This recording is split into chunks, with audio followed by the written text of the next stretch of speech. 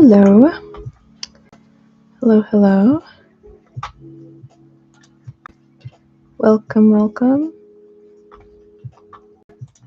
I can see two people in here, although one of them might be me.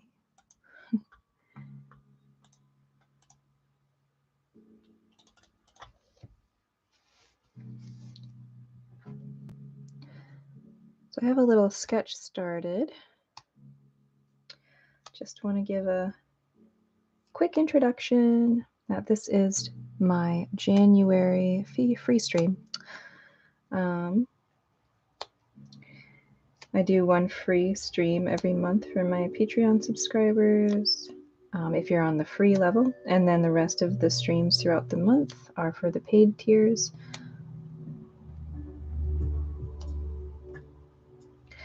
So I've got a sketch started today, and I'm really just going to dive in because the intention of this is to be just a soothing sort of playtime sketch. And the thing that I find the most soothing when I need to sort of just make something and calm the nervous system is surprisingly dragons and anything mythological. I really like dragons because, let's face it, they can be pretty much anything you want. And so I've got a base sketch here, and I've got some ideas on where it might go. I was leaning towards a red palette, but I think I'm going to go into a dark, sparkling, glittering indigo blue. So we'll see how far I get in an hour, but I'm just going to dive right in. Feel free to say hi in the chat and ask me questions as I go. I'll try to keep an eye on it and just enjoy the calming vibes, because that's why we're here. So I do want to darken my sketch a little bit, so I'm going to jump into that next.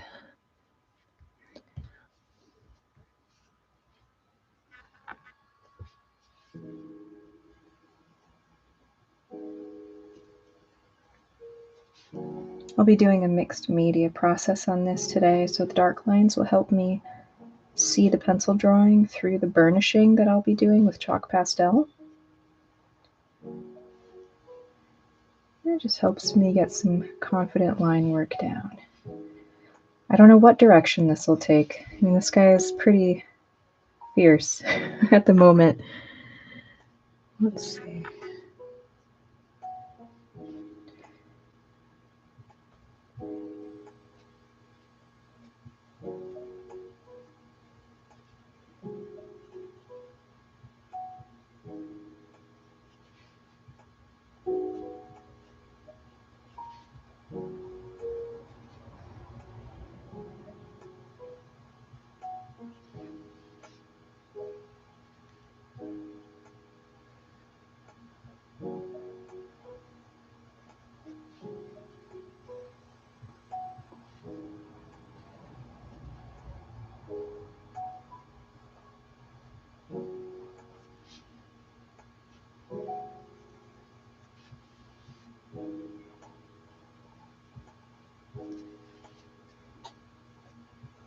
I think it's really funny that, I titled this a soothing sketch stream, and yet I've got this like wildly fierce looking beastie on my table, and apparently I find that really soothing.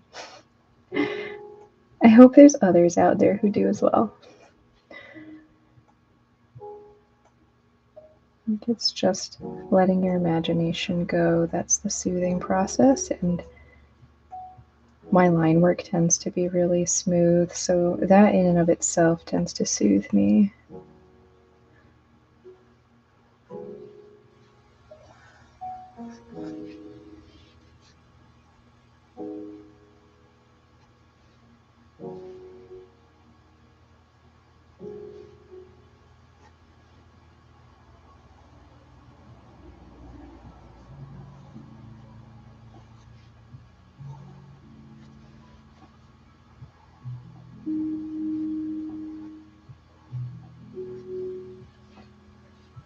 So this one's a little interesting. I haven't done this in the past. This dragon has a lot of sort of scraggly fur going on, so I gave him a mane, which will be really fun to color in later. It gives me a lot of lines to play with.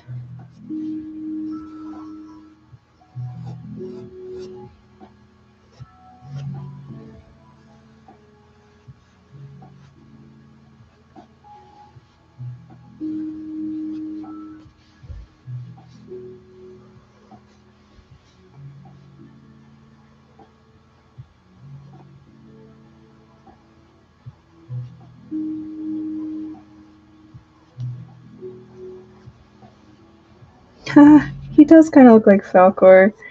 You're right. That's the second time Falkor has come up for me this week. Maybe it's a sign. I love that. Good observation.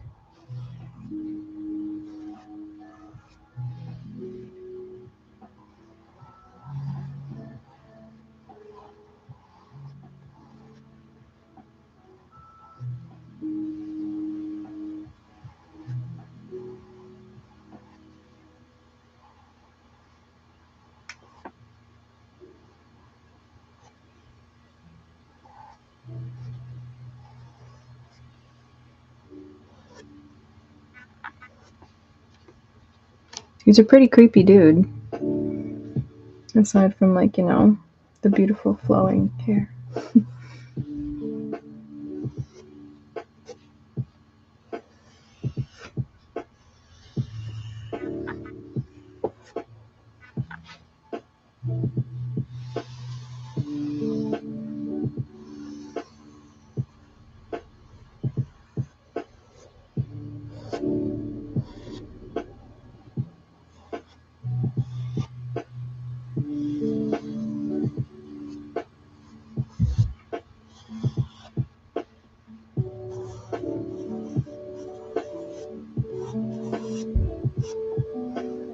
I had this idea that I was going to incorporate some medieval flower designs into this to lighten it up a little bit, but we'll see what happens.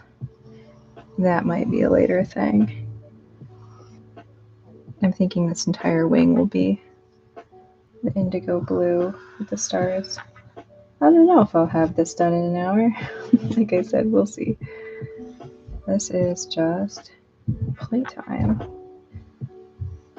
Gotta get some scales in here.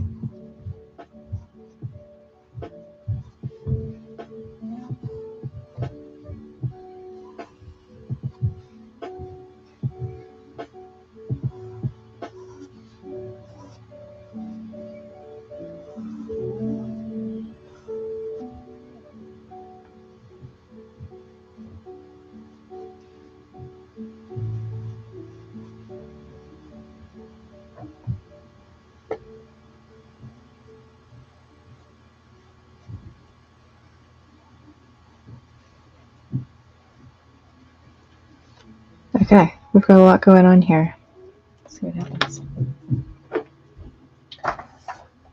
So I'm about to show one of my signature techniques using the chalk pastel. This is something I use on my final pieces when I'm working on BFK cotton paper. We've just got a thick sketchbook paper here today, but this will be fine for mixed media. You don't want to waterlog it too much because it will start to bend. But sketchbooks are for experimenting, so I'll try to go light on the water. Let's see. So we need an X-Acto blade. If I can find my, here it is. Gotcha. So you need an X-Acto knife.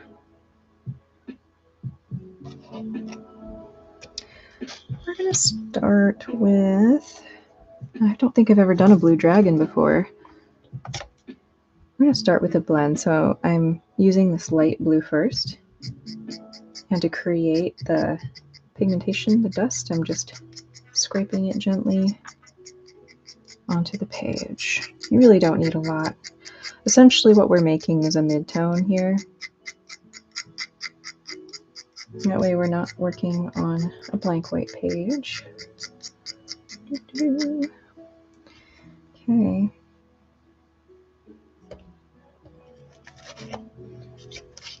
Let's give it some green undertones. Usually looks really nice with the blue. I'm excited to see what this looks like. This is always a bit of a experiment here with this stage, which is part of the fun. Like, I've had a lot of experience using this technique, so I can have like kind of a good sense of how it's going to turn out, but part of the fun is definitely seeing what happens. Let's get our indigo blue. These are the ones you have to be careful with because they're quite dark. So if you apply too much, it can really overpower the underdrawing, and you really need that to guide you.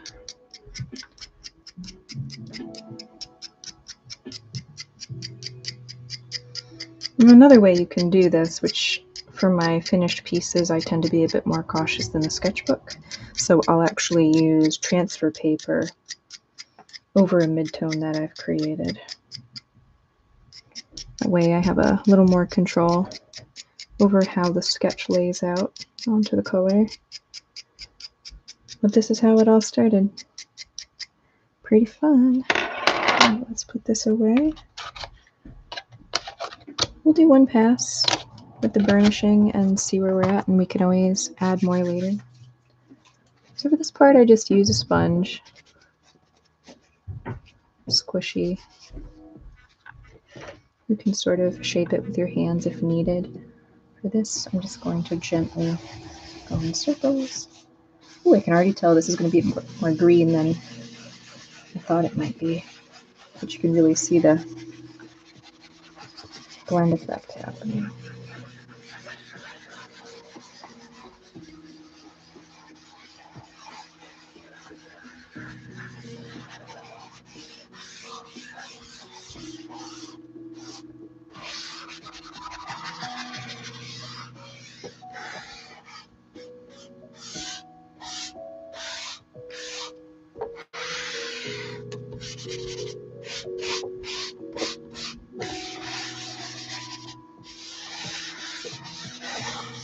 We got a bit more green on this, so we'll go back in with some blue. So now that I know what that's doing over here, I can get a bit heavier with the chalk pastel.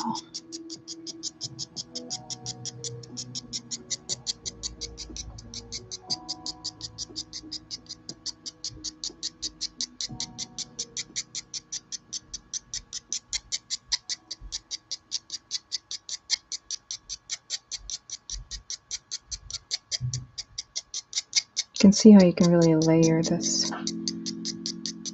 color this way. So the lighter the layers you apply, the more control you have over it.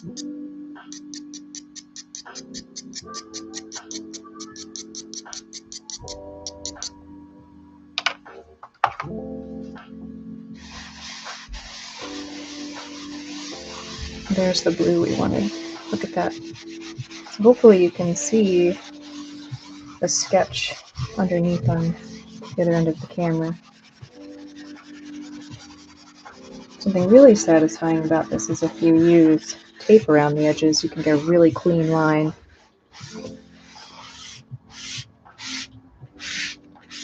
We're going freestyle today. Quick and dirty.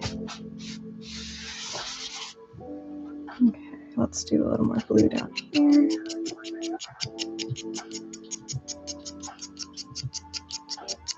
A little more blue over here. You can hear the squeaking of the blade.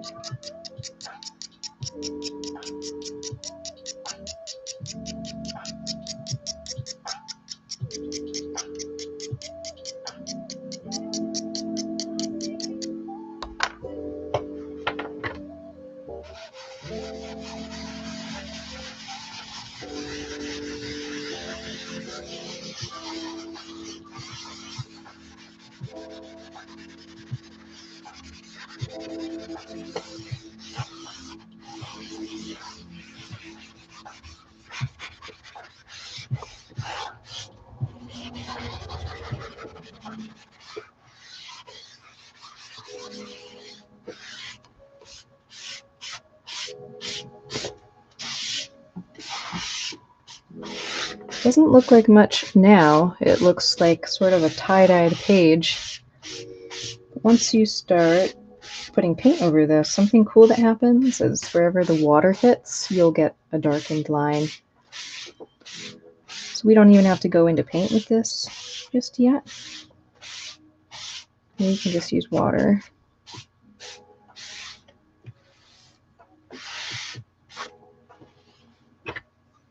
Just gonna add a little more blue on this side.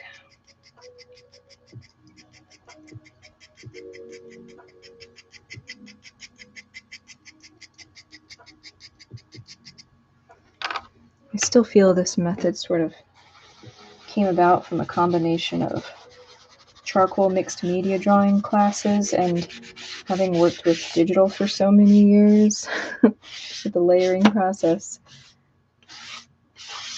I wanted a way to sort of work in mixed media, dry and wet techniques, while being able to control my layers. It's definitely not as clean as digital work, but it's so fun. It's so fun. All right, let's grab a brush here and see what we can do. So I don't know if this is very clear on the camera's end, but you have your sketch underneath all your guiding lines.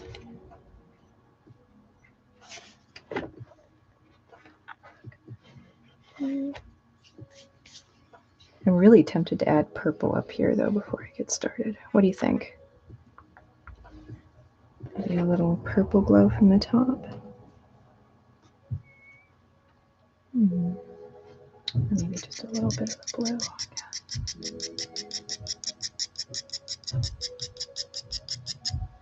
This is probably one of the few times I've shared this process online.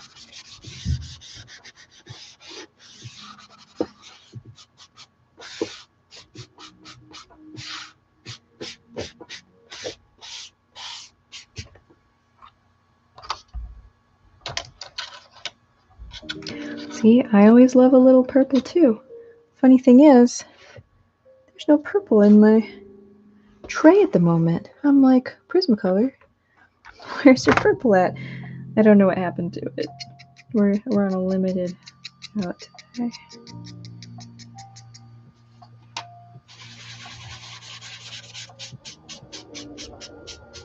Okay.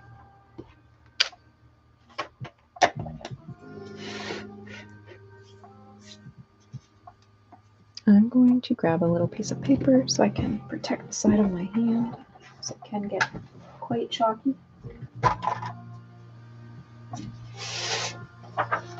So, clean piece of paper. Adjustment.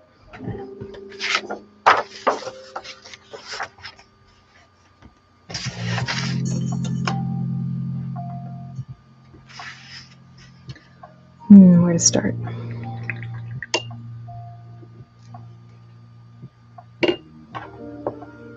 Safety first. Put your X-Acto plates away.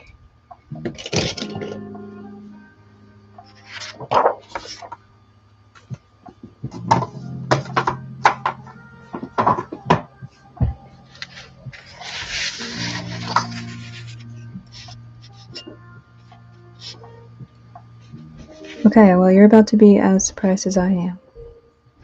Let's see what we do. Let's start with the shadows. So you can see, because there's pigment down on the paper, the water is making it darker, more vivid. And this will lighten up a bit. I have found that it really depends on the pastel itself. Some of them just don't respond to water as much.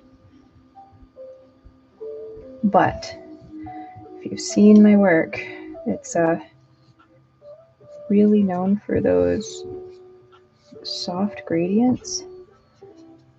So I still find this process pretty important. Even if you're not getting an extremely bold effect, it's also helping to set the chalk pastel. It's definitely a labor of love.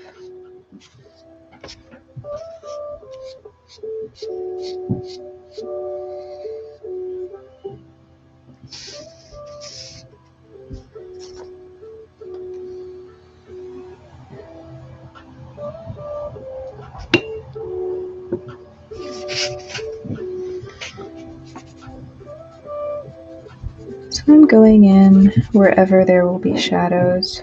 So starting here, using the water to create the guiding areas where I'm going to darken the piece.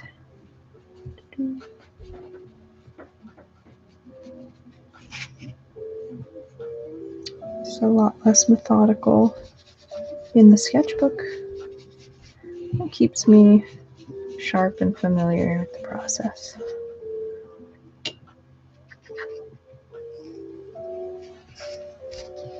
Something else cool we can do here is instead of going into the dragon, we can just darken the background. Maybe I can help bringing him more to the foreground by pushing this back. That's what we'll do.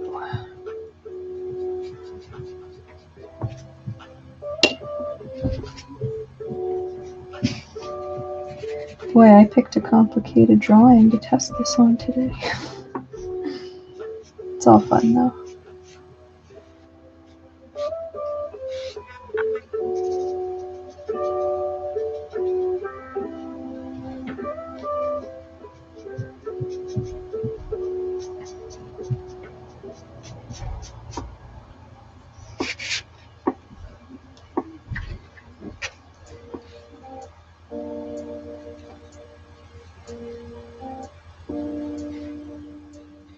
Gotta get in all the nooks and crannies.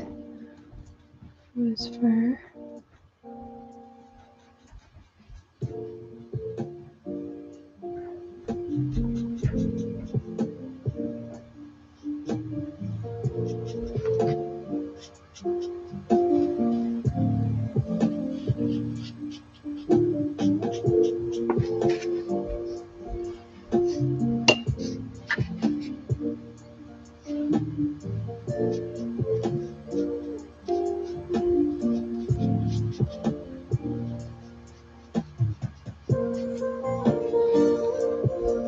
I think my lo-fi chill music has turned into elevator music almost. Here, let me do a quick radio switch. Not that I don't mind elevator music, sometimes it can be very relaxing. I don't know if that's the current vibe.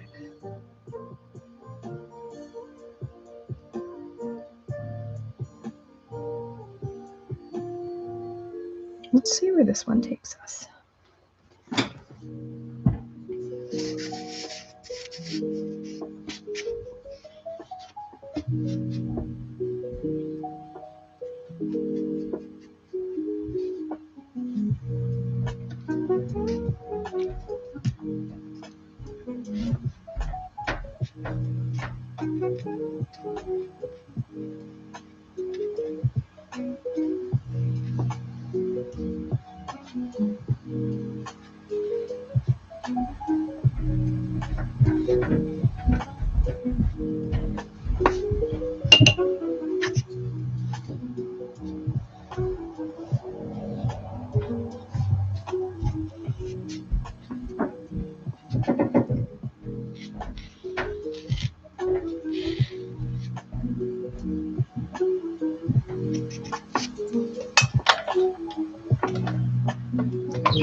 See what my light can do here.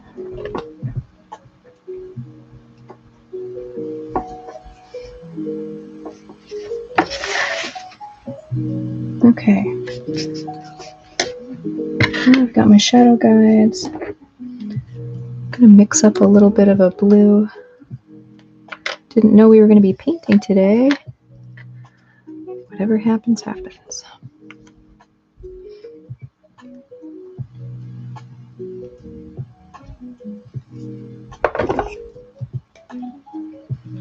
Now it's the best. Good Monday night activity.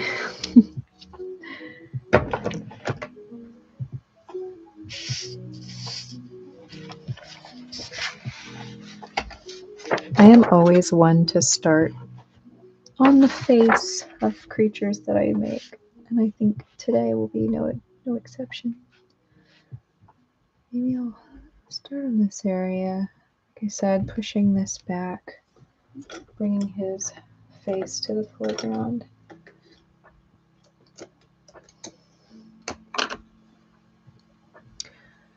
A little mix going on here. So I'm using a Payne's Gray, which is a bluish gray, mixed with a cobalt blue.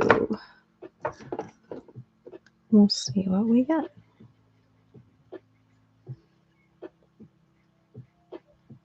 That should give us the deep indigo blue we're looking for. I tend to use acrylics very similar to watercolors until I build up the tone to where I want it, and then I thicken the paints to get them more opaque. Really, right now, all we want is a wash, so it's going to be quite watery, quite diluted.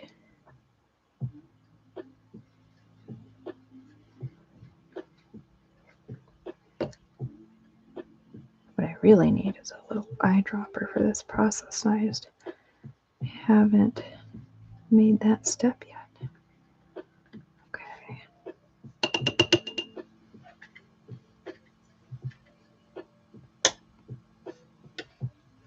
Switch sizes of our brush. This one might be a bit too big, but we'll see where we're at.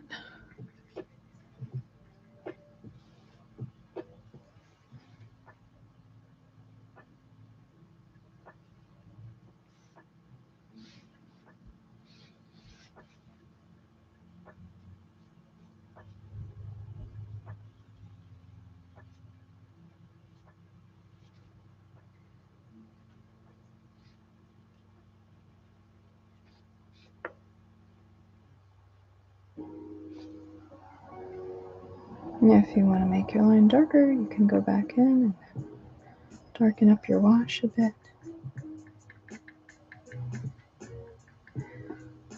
I have very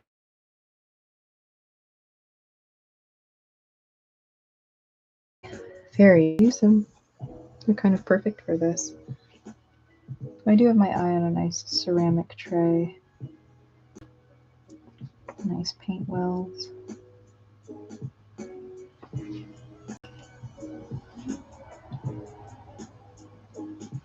Just creating darker lines around the area I want to push back.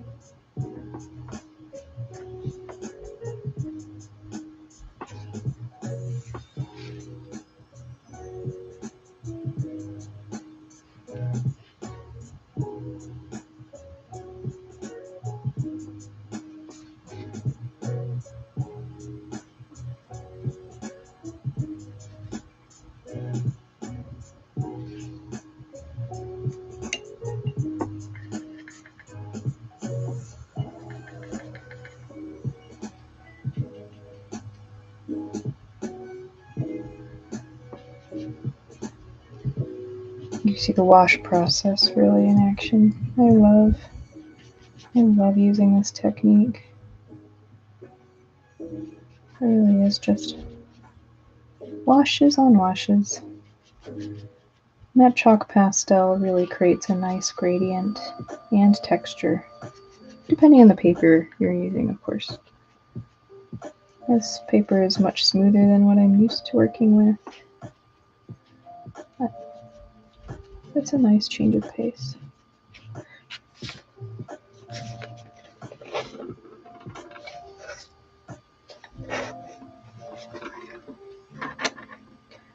Actually, for the sake of glare, let's use our little friend here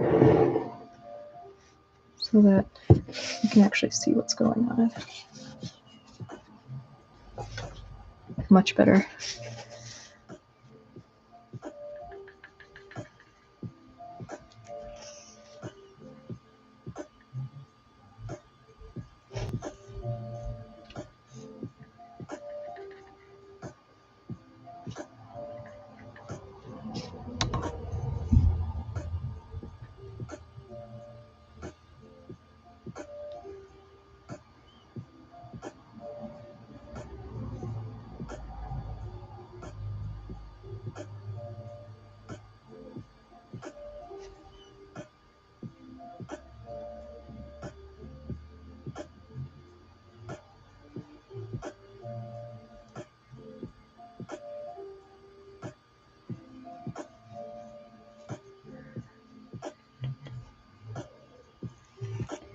Yeah, that's way better, right?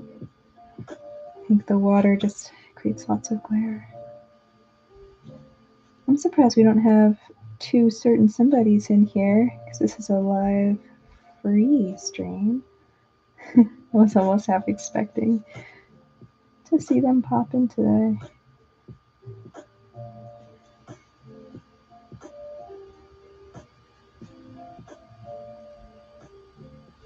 Look at that snaggle tooth.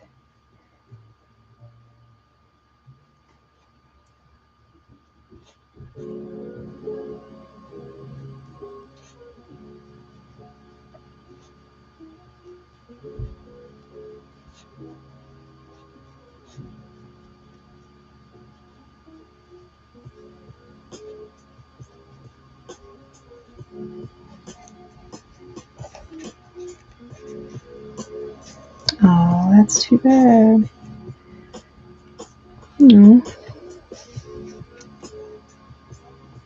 Well, you can always play this back for them.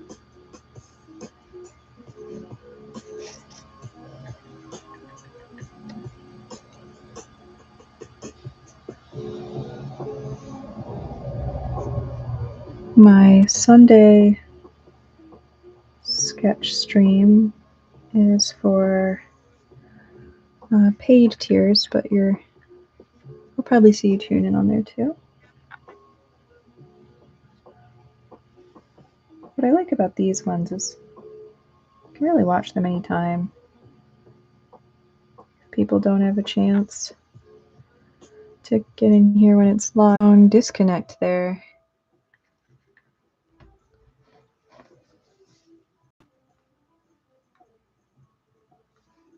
Oh, we're back up and running. We're just chilling, painting dragons.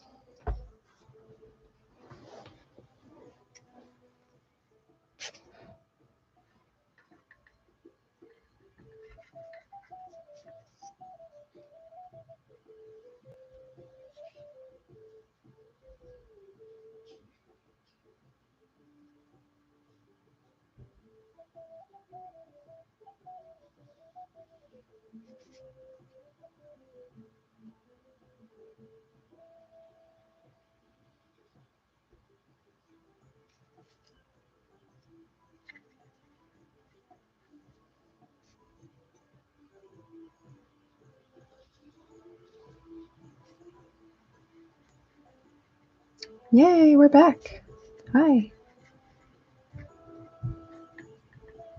Good to know that I can just refresh and reconnect.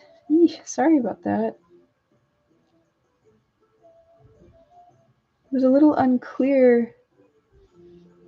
YouTube was sending me a message saying you might be unstable, but it just kept going. So I was like, well, maybe we're okay. And I rambled on about Hobbit core and fairy festivals, and I changed the music, and then I realized, maybe this isn't going out to anybody.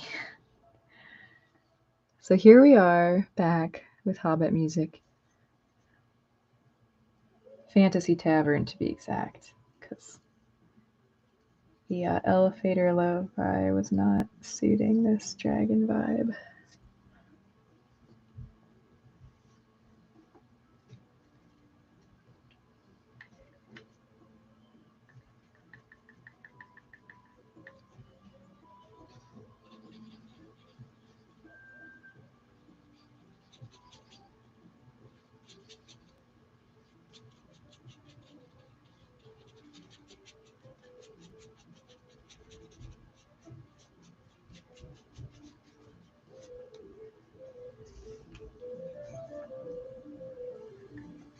How's your tea?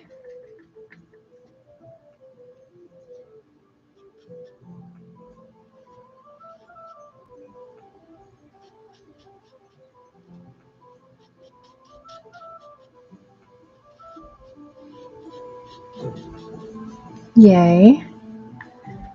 It's the best.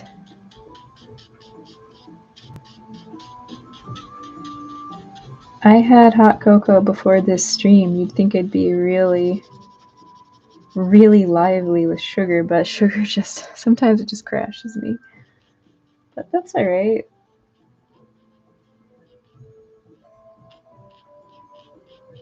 I do tend to get quiet when I get very focused.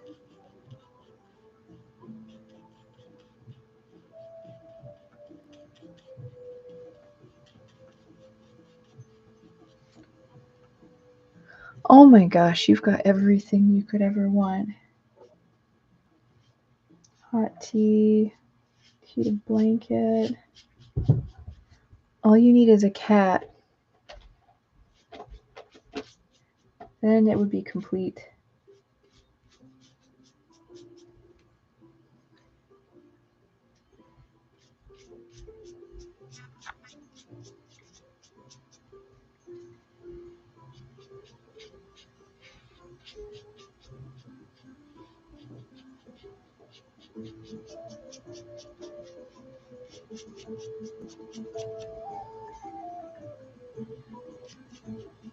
Okay, to be fair, all you need is a cat or a puppy. Or a guinea pig. Or a ferret.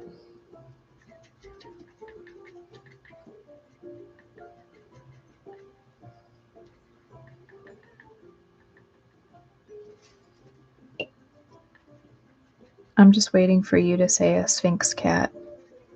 Also, I mean, that would also be great. I'm sure the Sphinx cat would appreciate the heated blanket. I think we need a big brush for this corner.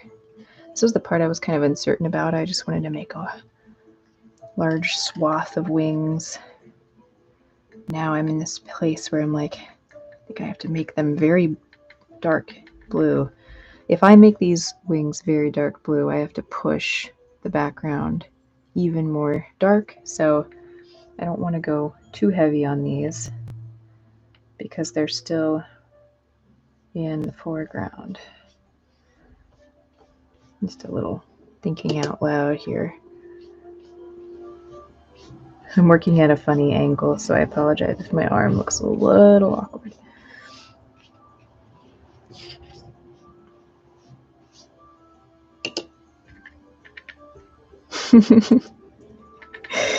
Yes. Sorry, I had to say it. You need a Sphinx cat in your life. We all need a little Sphinx cat in our lives. Life would be so much better. Make little sweaters for them. Keep them warm. I believe, aren't they quite needy, or is that a rumor? I don't know where I... Oh, God. Sorry.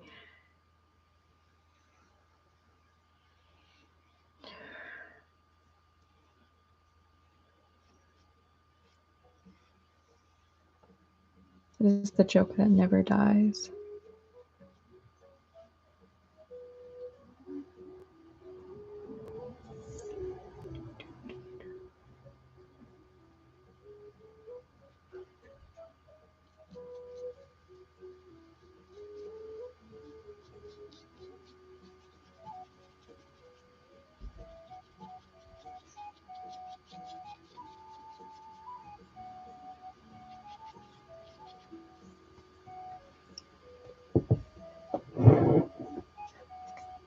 We're getting a little buckling for our paper, but that's okay. We can flatten it later, which is great. All right, we need some definition down in here, as you can see. There's not a whole lot going on. I did have some light rocks, which we're going to add back in. Pull this up. Actually, use a dry brush technique here too, work just fine.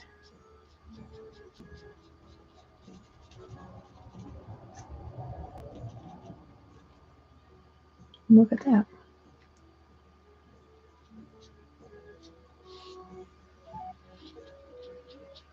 What I love about this sketchbook is you can just tear this perforated edge off when you're done. So once this piece is dry, I can flatten it between some sketchbooks or heavy books. All right, we've used up our wash. Let's just create a little bit more. Yes, they are. I believe this one is from you. Thank you.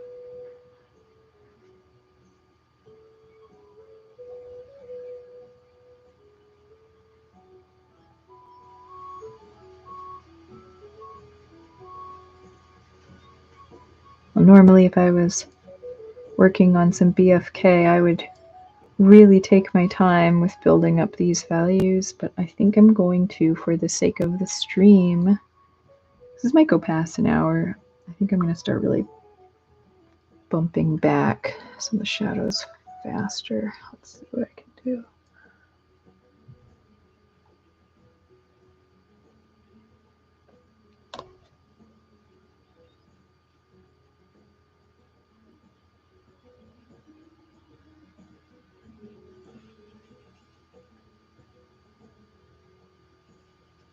One of these days I'll have an actual BFK paper painting that I post some progress on.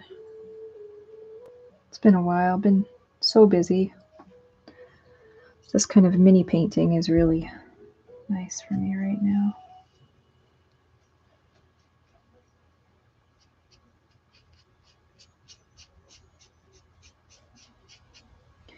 The world is falling apart and you can't do anything about it. What do? Make something. Make something just for you.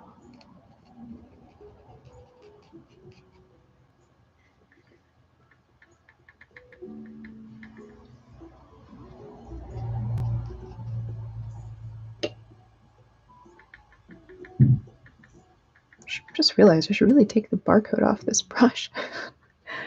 They're kind of a pain to get off. They really tape them on tight.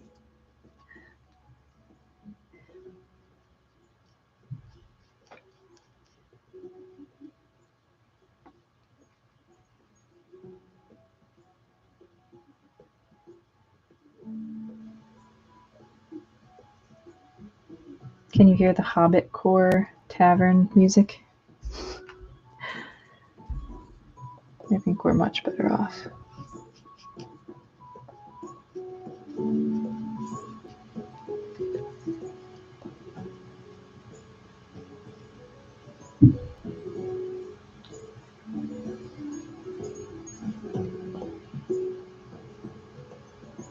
Sweet. I'm glad. Hold on, let me read what you said. Negative shape design within the open areas around the dragon could be fun. Negative shape design. Oh, you mean with these cave spikes, or?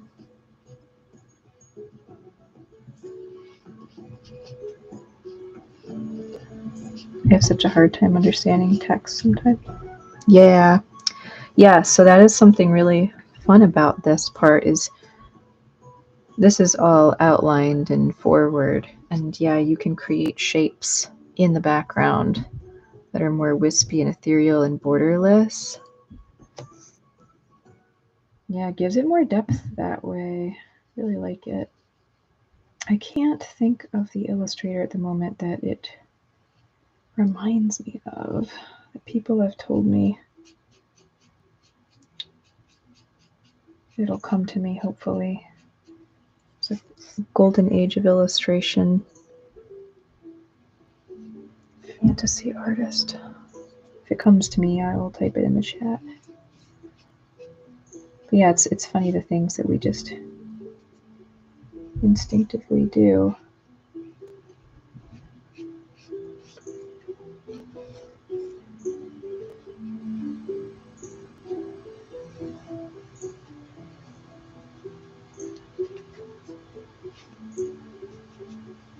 Because really what I want to do is I just want to give the suggestion of stalactites, things like that. Is that what they're called, I believe? He's clearly underground, doing dragon things.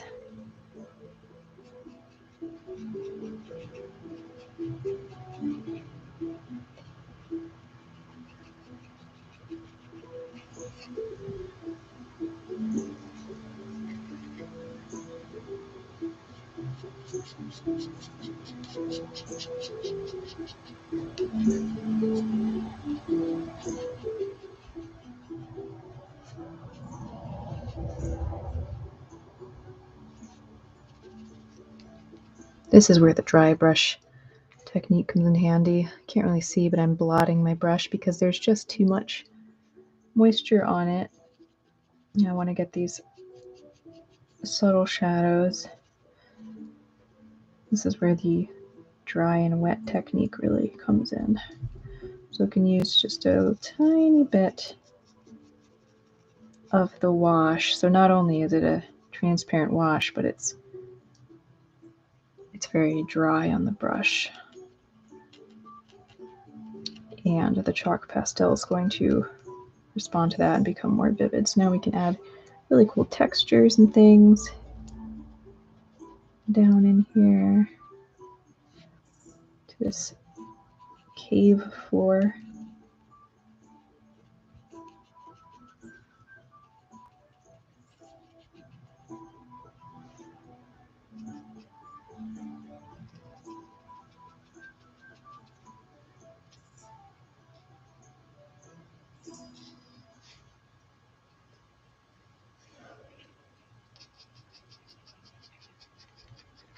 I think this is why my brushes always get so mad at me, because I'm using them in like all these different ways. They're just probably not how they're intended. I tend to draw, paint, draw. That's what I've been told. It's a combination of things. But I like it. It works for me.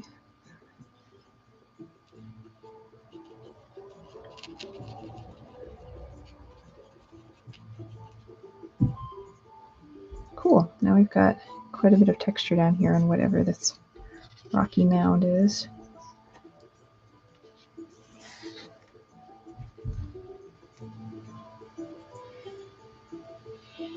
Now that this paper has dried a bit, I can go back into the wings.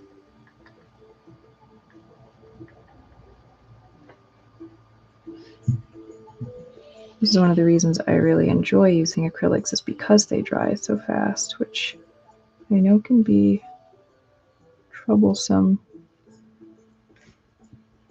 when you're used to being able to blend. I guess this technique is sort of my answer to that.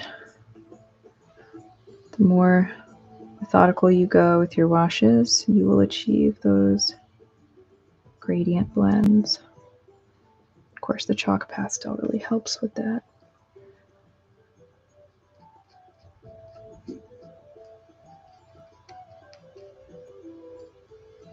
Starting with a white page and going in with these washes, like, yeah, you could do that. I don't typically like the way that looks.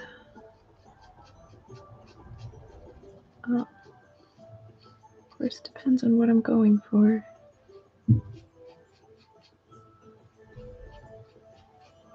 And this mid-tone helps create the bridge between your lights and your darks.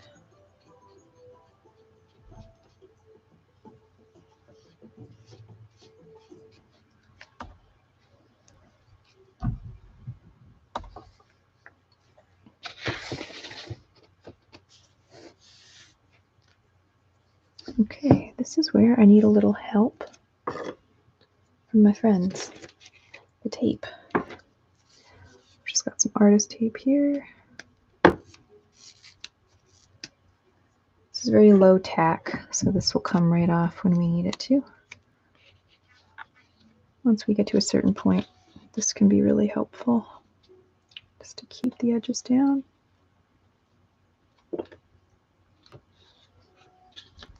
Look at that. little corner help.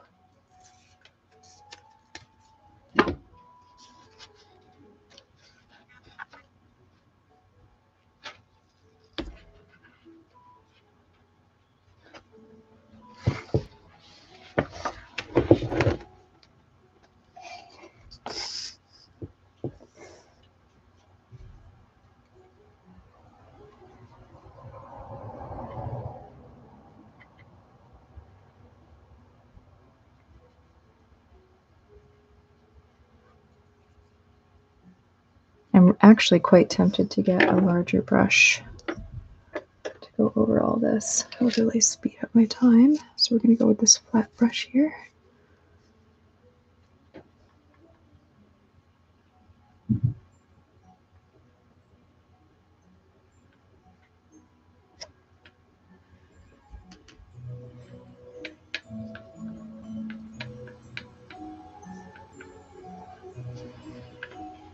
All right, let's make sure we've got a nice watered down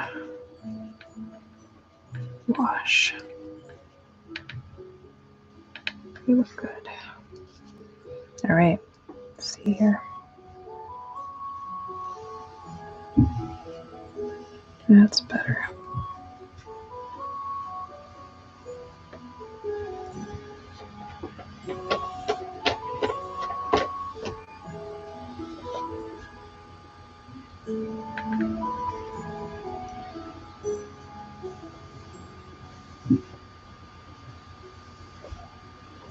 You might get some cats here soon, jumping on the table.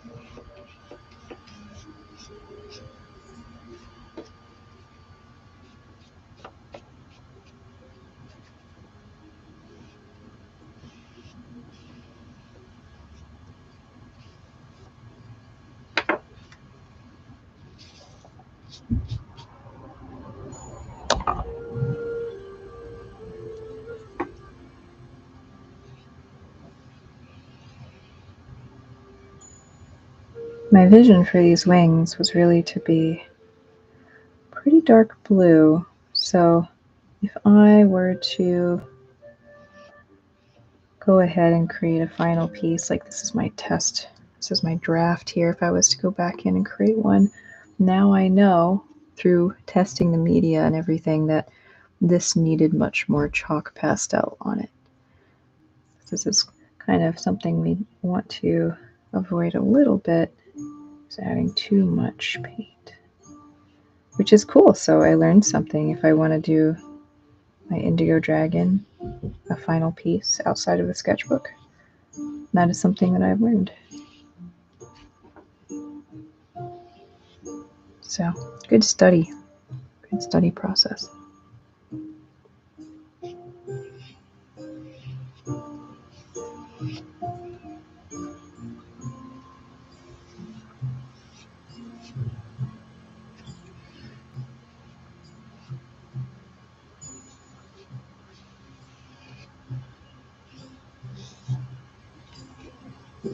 All right, so we've done a lot there. Let's let that chill. Let's let it dry.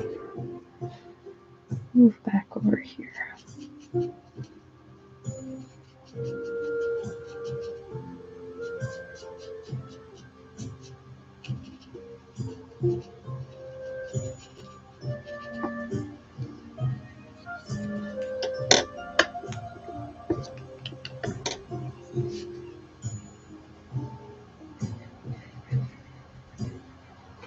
All right, so as we move into our darker washes, I'm going to use a bit more of the Payne's Gray, a little less of the Cobalt Blue.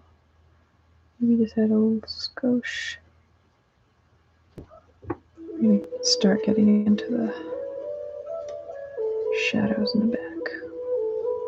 I can hear my cats are getting a little impatient with me.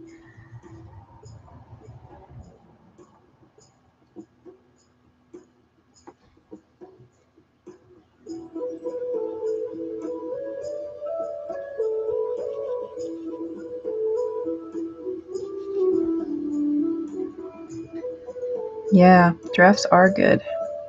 This is why we make them.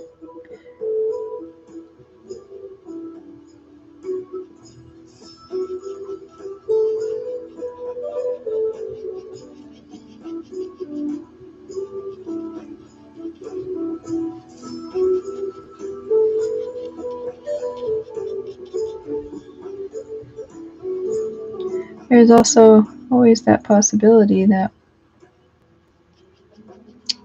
this turns out to be really cool, and I have made prints out of sketchbook drafts. There's quite a small format at the moment.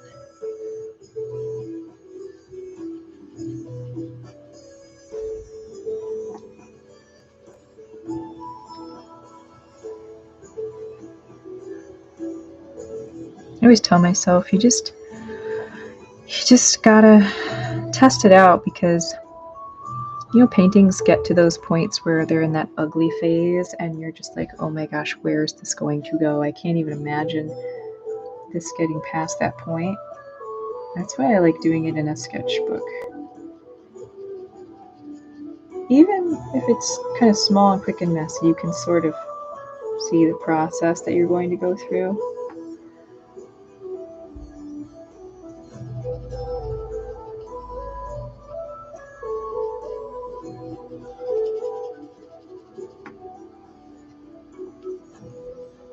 Because I'll be honest, I didn't know if I wanted to commit to a blue dragon, but I kind of love it. I kind of love it.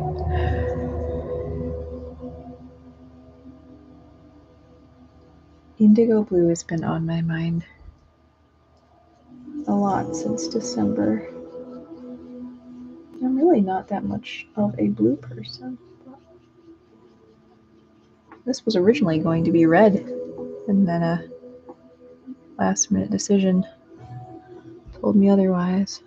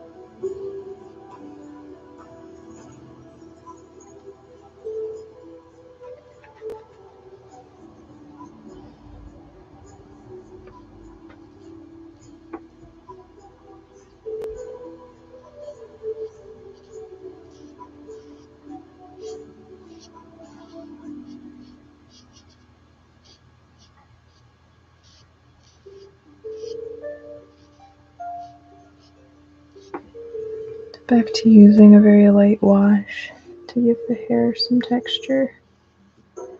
Sort of what we did on the stones in the cave on the bottom.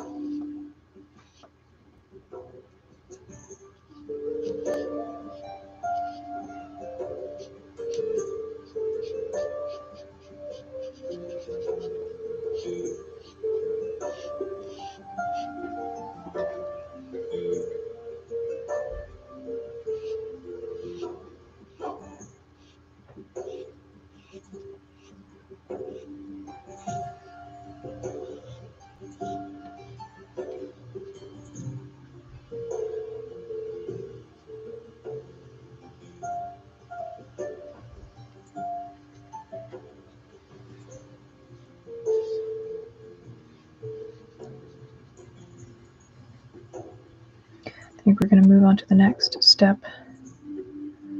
Get it a little thicker, more opaque. Payne's Gray.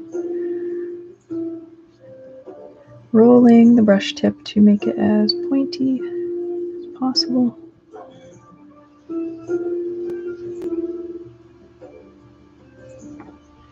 And I think we're going to need... Oh, really? One of the 4 kings, huh?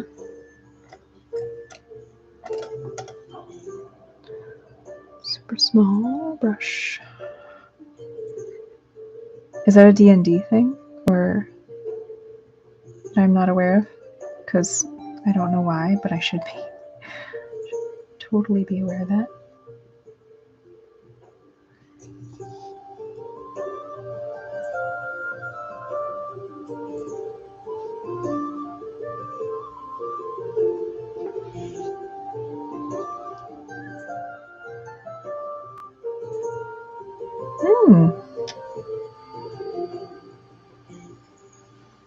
That's cool.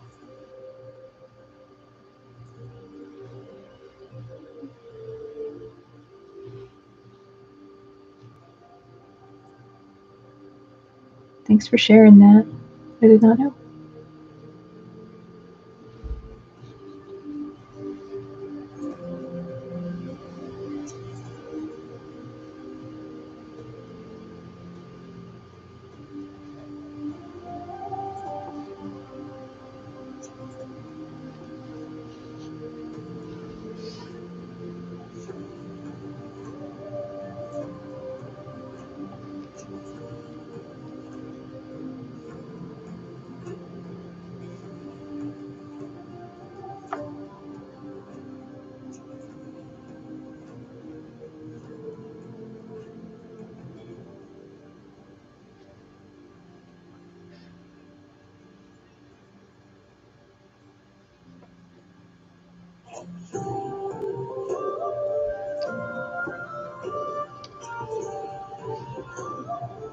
I would love that superpower to control the weather.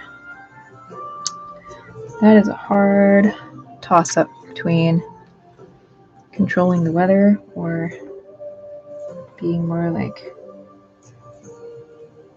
I don't know, an earth and vegetation magician.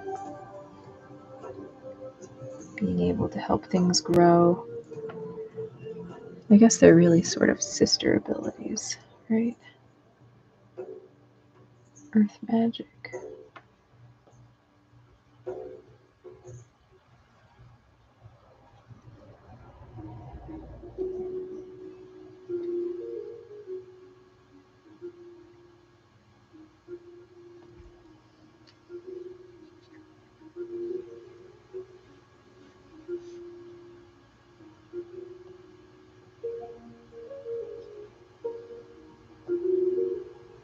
I hope you can see how he's just sort of popping out now. He's really coming to the forefront once we add the darker lines.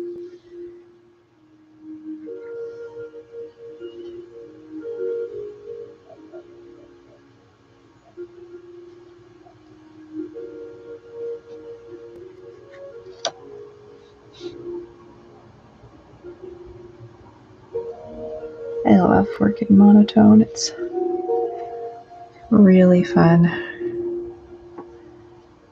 Pretty straightforward.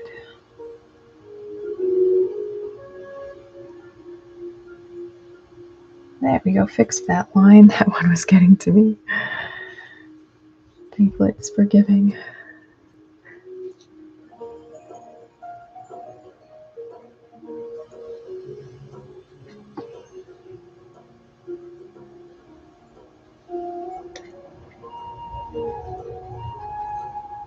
You can see my 2 consistencies here that I'm sort of working through. Every time I need a little more water, I'm just dipping into my wash, but going back to the thicker paint. It's really a lot of control when it comes to the content, water content here. But you always have to keep her on.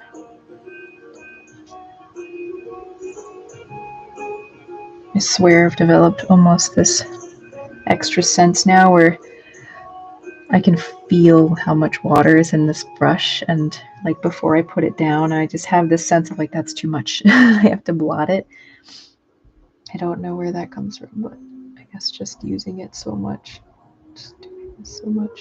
Too much water can be awful. You won't get your crisp lines. I'm excited to develop this wing a bit more. It really needs it.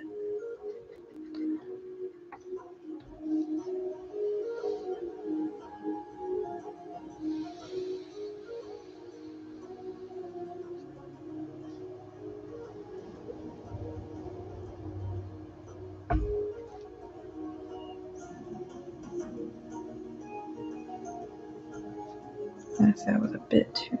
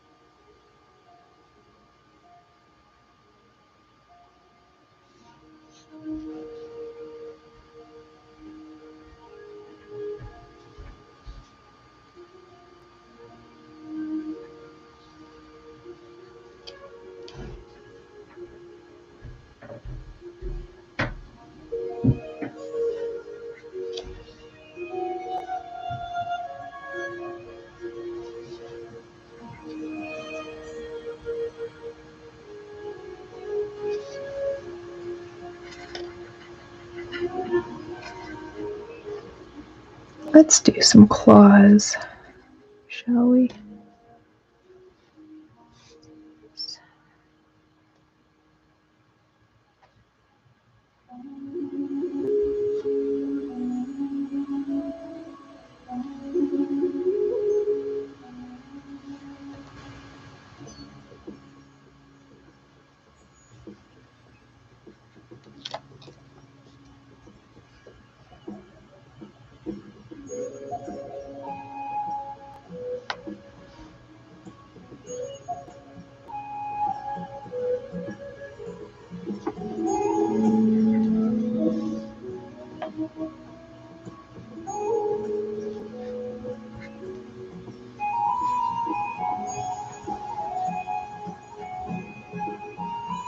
I like to visually balance out my dark lines, so I'm just making sure I'm not overdoing it.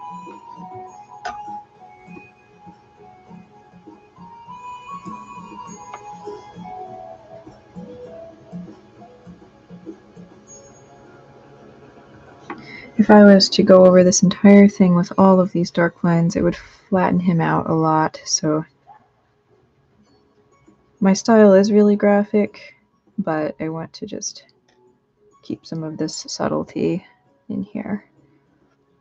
It's really highlighting what we really need to, or darkening what we really need to, really.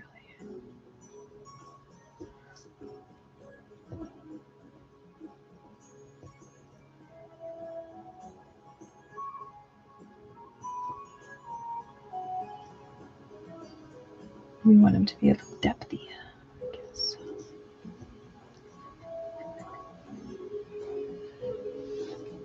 All right, chin hairs. Let's be subtle on the chin hairs.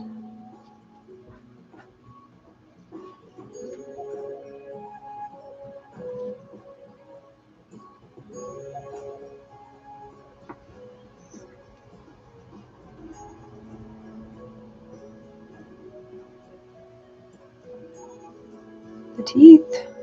All of the teeth. There's really no rhyme or reason to my dragon teeth, I've noticed. They're spiky nubs. That's what he has. That's what usually all of them have. Spiky, beastie teeth.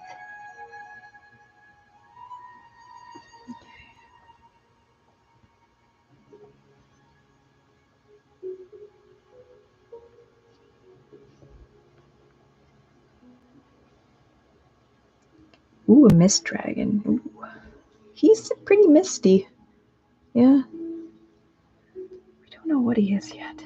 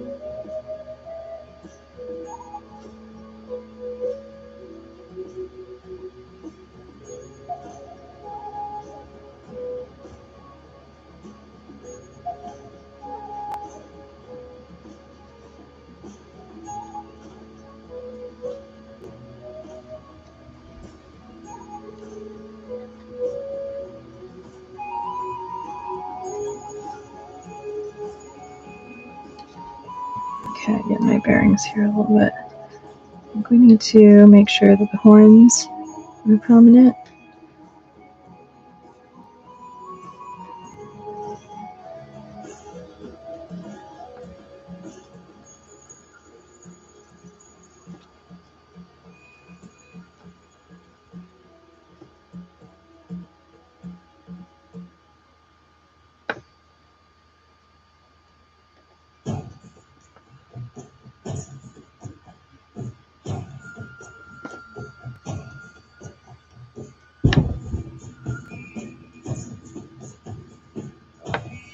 Tavern music just got intense.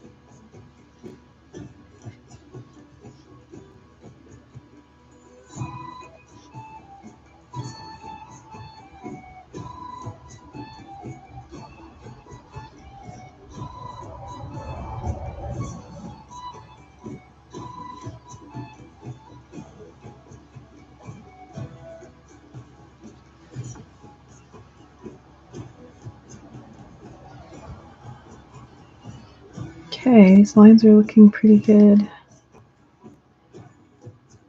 Like I said, I don't want to overdo it. Just trying to see what else I want to accentuate before moving on.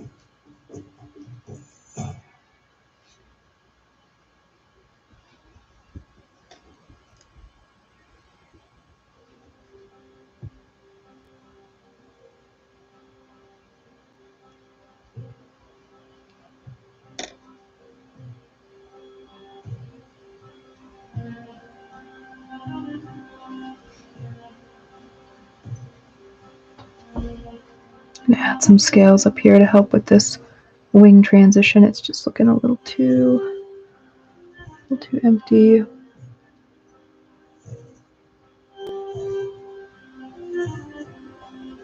You'll see what I mean when I'm done. This helps it blend in a bit. A very muscly mist dragon, I tell you. She has very powerful wings.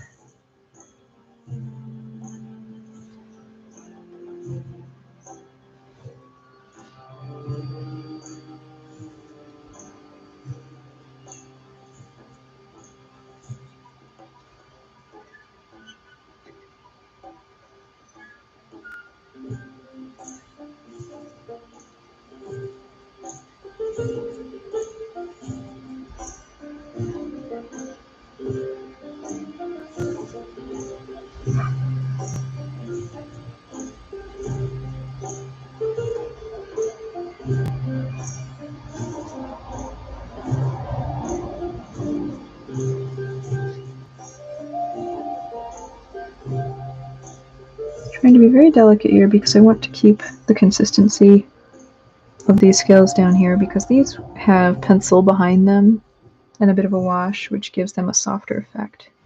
So I'm just trying to replicate that up here.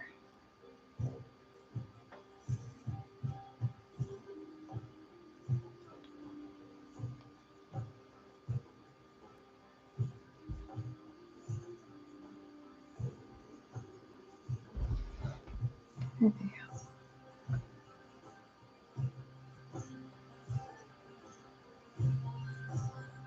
We'll give him some scales over here to transition out of the hair as well. These little details are important.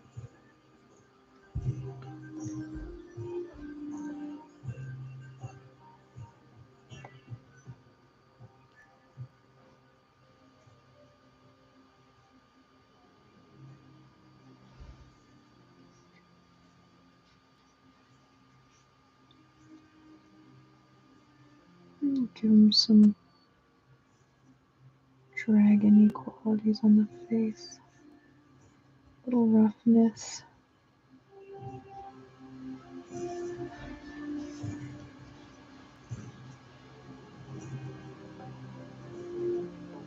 little more scaly bits. That gives him more personality that way. Could use a little nose flare.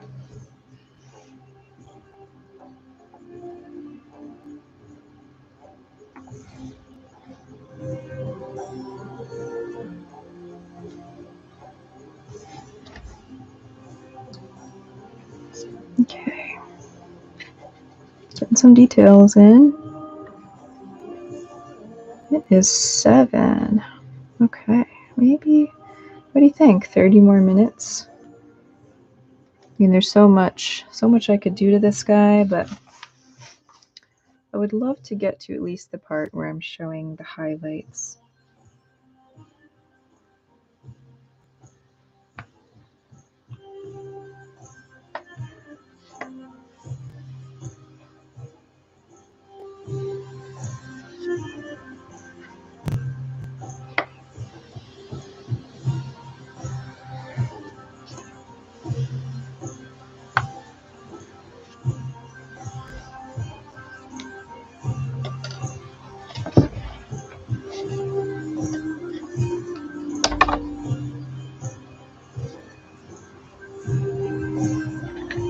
Let's see if I can darken these up a tad bit more.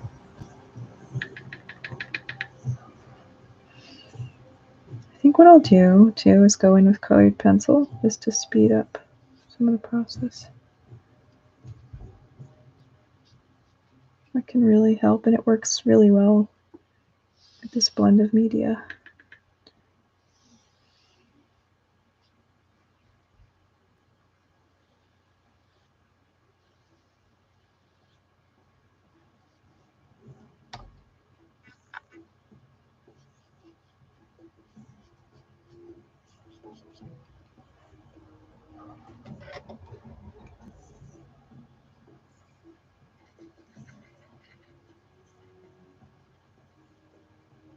Sounds good.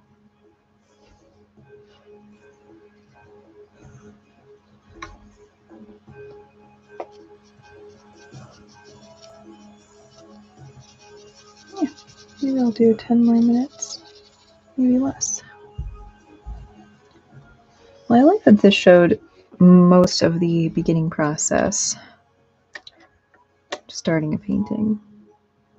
So if I was to keep going with this, other stages would include really darkening this to where I'm satisfied with it, because I did want to put kind of like a starry, glittery effect on his wings. And darkening this background a bit more, pushing it back. Once I have my darkest darks established, then I can go into some more shadowing details on the face that'll give it more dimension, because he's a bit flat right now. Like I said, the colored pencil is a great way to get some more shadowing and detail on this.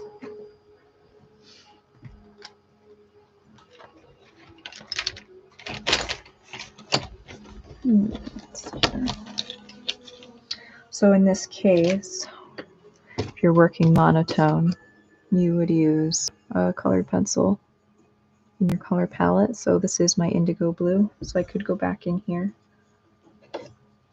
skip the paint.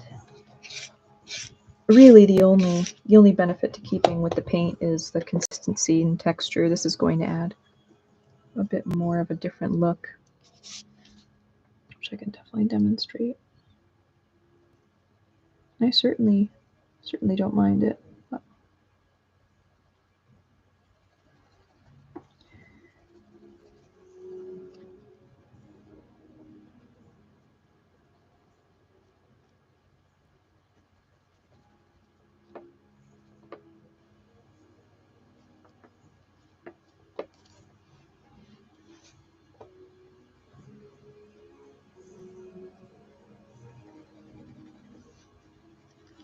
so yeah, that's an option.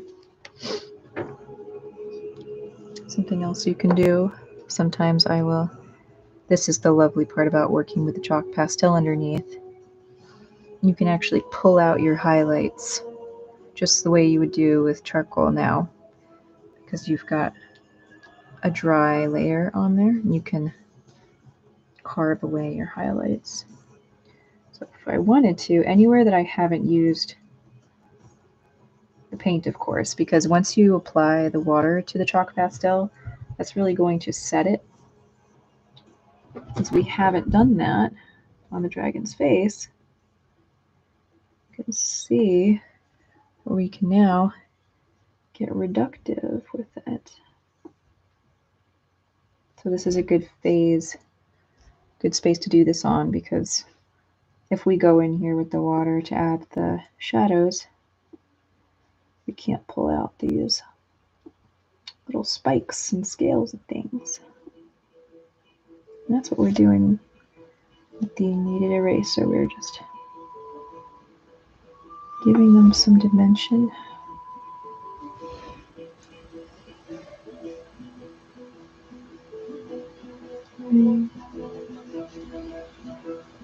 I love this part. Yeah, we can do that on his claw as well. Anywhere there would be highlights.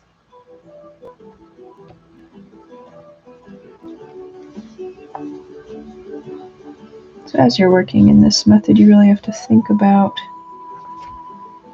where you want to add highlights at this point, because you're not going to want to get that part wet.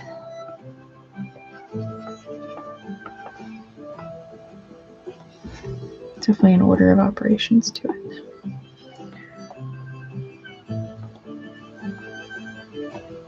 Yeah, we'll just make him really shiny as our grand finale. Who doesn't love a shiny dragon?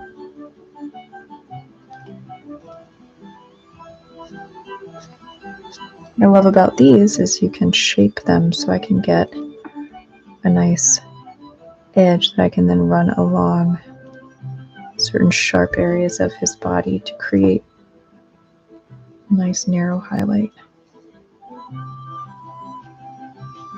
The best eraser.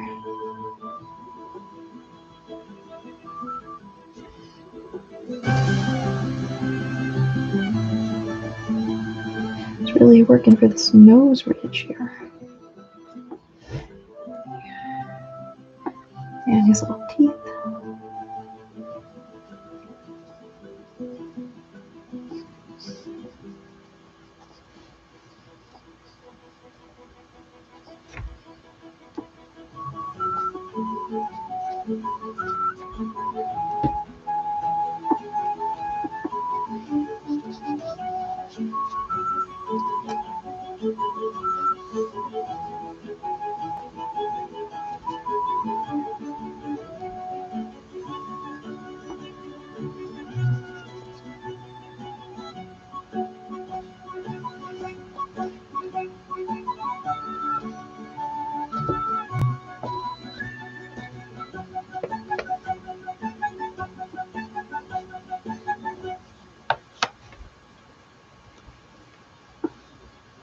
I think for these horns, I'm going to make black tips. For now, I'll just add some texture.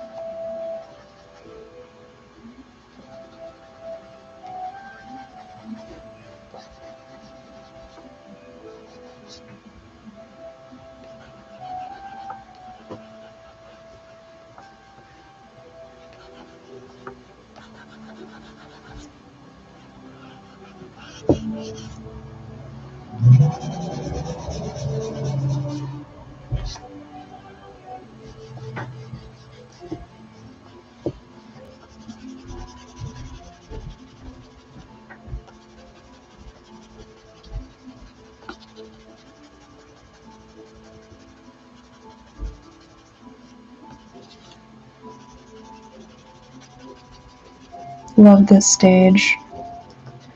It's really, really about making it into a 3D form with the highlights. They really come to life here.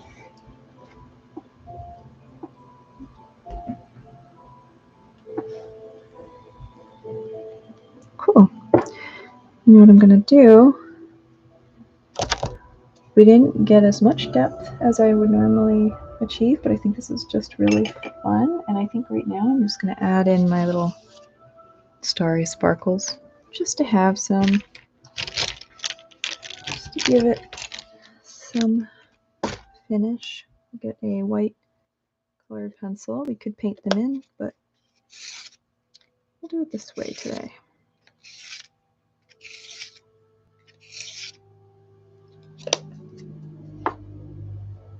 We'll see if I can get them opaque enough.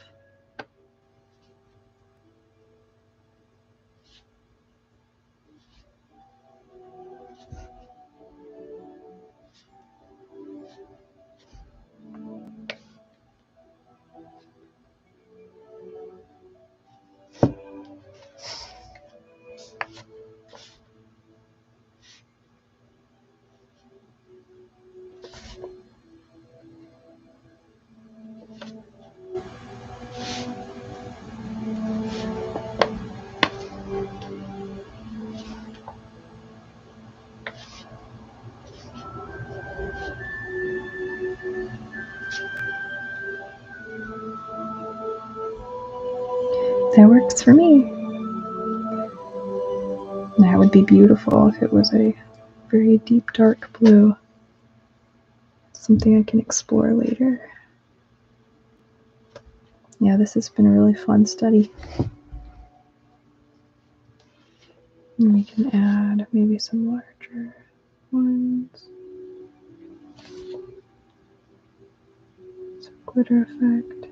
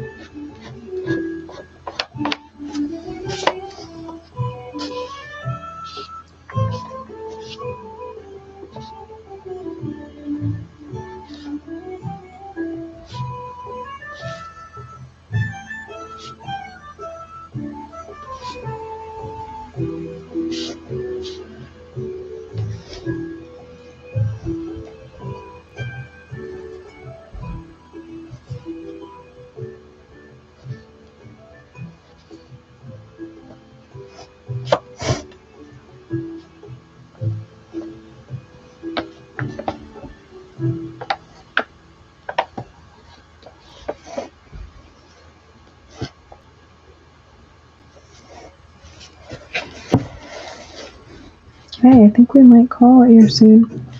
I mean, I could spend another hour on this, but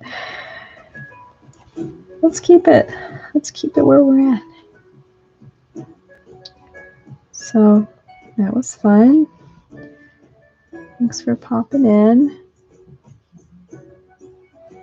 It's great that I have this recorded for people to learn a bit more about my process with the mixed media. I've been wanting to do that for a while now, and today was the day. I guess I just really needed to get something on paper in a big way. So.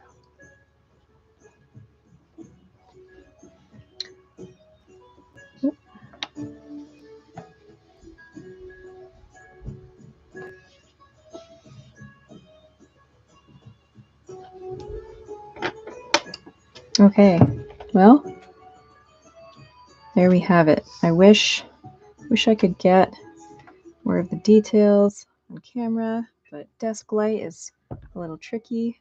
I'll probably take a picture tomorrow in some natural light so that you can really see the subtleties.